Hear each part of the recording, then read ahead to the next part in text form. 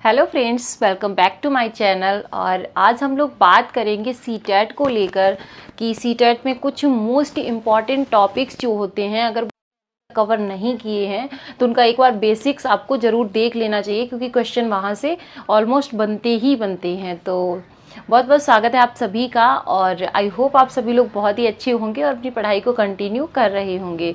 तो आज हम लोग डिस्कस करेंगे, अभी स्क्रीन पे आपके पास कुछ टॉपिक्स आएंगे जिनको कि हम डिस्कस करने वाले हैं। तो फिर उनसे देखेंगे कि हम कौन सा टॉपिक है जो मोस्ट इम्पॉर्टेंट है, जिसका बेसिक्स आपको पता होना चाहिए। और उसके साथ में आप क्या कर सकते हो, आप प्रीवियस ईयर को प्रैक्टिस कर सकते हो, क्योंकि प्रीवियस ईयर क्या होता है, प्रीवियस ईयर में आपको ऑलमोस्ट पता चल जाएगा कि कौन से टॉपिक्स आने वाले हैं और किस टॉपिक से किस टाइप से क्वेश्चन बनता है। टॉपिक्स तो देखो गिने चुने हुए ही होते हैं, और उसमें मतलब आपको ये आइडिया लग जाएगा कि किस लैंग्वेज से ये हमसे पूछते हैं। तो चलिए फिर बिना देरी के स्टार्ट करते हैं। आपको भी स्क्रीन पे कुछ टॉपिक्स दिखेंगे, उनको मैं डिस्कस करूंगी अच्छे से। Friends, welcome once again. और फर्स्ट है हमारा इसमें विकास। ओके, यानी कि बालक का जो विकास होता है वो कैसे होता है ना। विकास में कौन कौन से फैक्टर्स आते हैं, क्या क्या चीज़ें उसके लिए जिम्मेदार होती हैं, तो इस टॉपिक को हम पढ़ेंगे। इससे पहले एक और टॉपिक है बालक, पढ़ेंगे हम लोग कि बालक होता क्या है ना। बालक क्या होता है, तभी तो आप बालक का विकास, बालक की वृद्धि, इन सब के बारे में जानेंगे। नेक्स्ट टॉपिक आएगा हमारा वृद्धि। ओके, तो आपका विकास क्या होता है, विकास आपका होता है इनविजिबल, जिसको कि आप देख नहीं सकते हो। बट वृद्धि आपकी होती है विजिबल होती है, जिसको कि आप देख सकते हो। जब हमारी हाइट बढ़ती है, फैट लंबाई बढ़ती है, मोटापा बढ़ता है, तो दिखता है ना, बट हमने आज कितने किलो शिक्षा ग्रहण कर ली वो हमारे दिखाई नहीं देता है। ओके, उसके बाद हम देखेंगे वृद्धि एवं विकास में क्या अंतर। ये मोस्ट इंपॉर्टेंट टॉपिक्स हैं, इनसे एक एक दो क्वेश्चन हर बार पूछे जाते हैं, और ये मतलब आपको पढ़ने ही पढ़ने हैं, इसको आप स्किप नहीं कर सकते। उसके बाद है मानव विकास की अवस्थाएं। अब मानव विकास की क्या, चाइल्डहुड है यानी कि बाल्यावस्था है, किशोरावस्था है, और जो आपकी गर्भावस्था है, इनसे पक्का 2 से 3 क्वेश्चन पूछे जाते हैं। इनसे कहीं आपसे पूछ लेगा खिलौनों की आयु किसे कहते हैं, या फिर मतलब तनाव एवं तूफान की अवस्था किसे कहते हैं। इस टाइप की क्वेश्चंस इससे बहुत बनते हैं। उसके बाद है हमारा मानव विकास की अवस्थाओं की विशेषताएं, यानी कि जैसे मैंने आपको बताया कि खिलौने की आयु किसे कहते हैं, तो इस तरीके की होती है ये विशेषताएं होती हैं। हर अवस्था की अपनी एक एक मतलब अलग विशेषता होती है, जिसके द्वारा हम उसको पहचानते हैं। उसके बाद है हमारा बालक का शारीरिक विकास।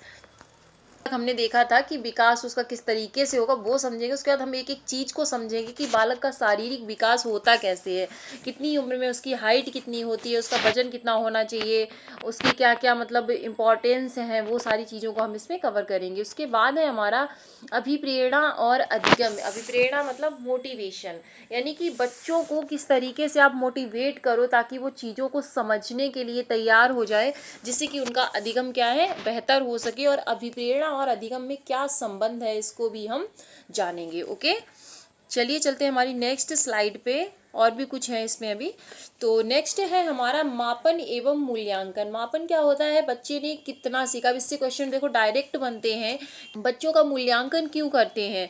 और बच्चों का मूल्यांकन मतलब इसलिए करते हैं ताकि हम उसे ग्रुप में डिवाइड कर सकें, ये असफल हैं, ये सफल हैं, या फिर हम उनकी कमियों को जान सकें। तो इसके जो आंसर्स होते हैं उनको भी हम समझ के समझेंगे उनमें। और उसका आंसर क्या होता है, हम मूल्यांकन हमेशा इसलिए करते हैं ताकि बच्चे की जो सीखने में जो से बाधाएं हैं, जो दिक्कत है, उनको हम दूर करके अपनी शिक्षण नीतियों में सुधार करके बच्चे को अच्छे से अच्छा समझा सकें। उसके बाद एक टॉपिक है स्मृति, इससे भी आ जाता है स्मृति और विस्मृति। ओके, नेक्स्ट है हमारा वंशानुक्रम और वातावरण। हमेशा 2 से 3 क्वेश्चन डायरेक्टली इनडायरेक्टली, चाहे लैंग्वेज में ले लो चाहे फिर सीडीपी में डायरेक्ट भी पूछ लेता है कि वंशानुक्रम आनुवंशिकता मतलब है एक दूसरे से कैसे संबंधित है, किसका प्रभाव हम बालक के विकास पे ज़्यादा पड़ता है, किसका कम पड़ता है। इस तरीके के क्वेश्चन आपसे वंशानुक्रम और आनुवांशिकता से भी पूछे जाते हैं। नेक्स्ट है बाल अपराध। इनसे कभी कभी 1 या 2 क्वेश्चन पूछ लेते हैं कि बाल अपराध जो है, बालक मतलब अपराधी क्यों बनते हैं, क्या उनकी मतलब सिचुएशंस होती है, किस तरीके से अगर कोई बालक अपराध की तरफ चला गया तो हम उसको वापस ला सकते हैं। और उसके नेक्स्ट है हमारा पियाजे, कोहलबर्ग तथा वाइगोत्स्की। ये आपको चाहे आप सीडीपी ले लो या फिर हिंदी लैंग्वेज की वो ले लो, चाहे हिंदी का शिक्षण शास्त्र ले लो, इंग्लिश की पेडागॉजी ले लो, आप ईवीएस की ले लो, सभी में इनसे क्वेश्चन कम से कम 6 से 7 क्वेश्चन बनने की पूरी पूरी संभावना रहती है। वाइगोत्स्की से भाषा और समाज संस्कृति से रिलेटेड पूछेगा ही पूछेगा। ओके, तो ये आपके सिद्धांत जो है मोस्ट इम्पॉर्टेंट है। मैं ये नहीं कह रही हूँ कि आप इतना ही पढ़िए, बट जो ये है ये आपको पढ़ना ही पड़ेगा, इसको आप इसके बिल्कुल भी नहीं कर सकते। नेक्स्ट है कि बुद्धि और बुद्धि के प्रकार, बुद्धि के सिद्धांत, किस बुद्धि लब्धि की जो फॉर्मूला किसने दिया, बुद्धि लब्धि क्या होती है, इन सब से भी 2 से 3 क्वेश्चन आपके हमेशा से ही बनते आए हैं। चलिए चलते हैं हमारी नेक्स्ट स्लाइड पे। उसके बाद आपकी जो होती है पेडागॉजी होती है 15 मार्क्स की सारे सिलेबस में, यानी कि आप देखो आपका एक तो सीडीपी में 30 के 30 इसी के हो गए। ओके, उसके बाद पेडागॉजी आ जाती है आपकी, कम से कम 4 आपके जो होते हैं 4 सब्जेक्ट हो गए। इसमें कितने सब्जेक्ट हो जाते हैं 4, और 4 में आप 15 से मल्टीप्लाई करो तो आपके 60 नंबर की सीधी सीधी क्या आती है पेडागॉजी।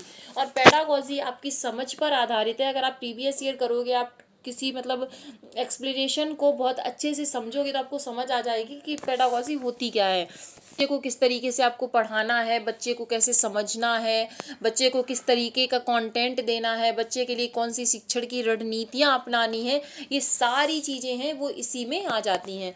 तो फर्स्ट है इसमें मनोविज्ञान की शिक्षण पद्धतियाँ एवं उनके जनक। ओके, नेक्स्ट है हमारा शिक्षा का अधिकार अधिनियम आपका 2009, यानी कि 2009 का जो हमारा शिक्षा का अधिकार अधिनियम है उस पर भी हम बात करेंगे। उसके बाद एनसीएफ जो आपके आते रहते हैं सुधार के लिए 4 से 5 क्वेश्चन इससे हमेशा ही बनते हैं आपके। नेक्स्ट है हमारा पूर्व प्राथमिक विद्यालयों के प्रकार, इनकी जो पूर्व प्राथमिक से भी पहले जो विद्यालय होते हैं बच्चों के लिए, छोटे बच्चों के लिए, उनके क्या, और फिर उसके बाद है एनईपी 2020, यानी कि इसमें किस किस चीज़ पर आपका जो है फोकस किया गया है।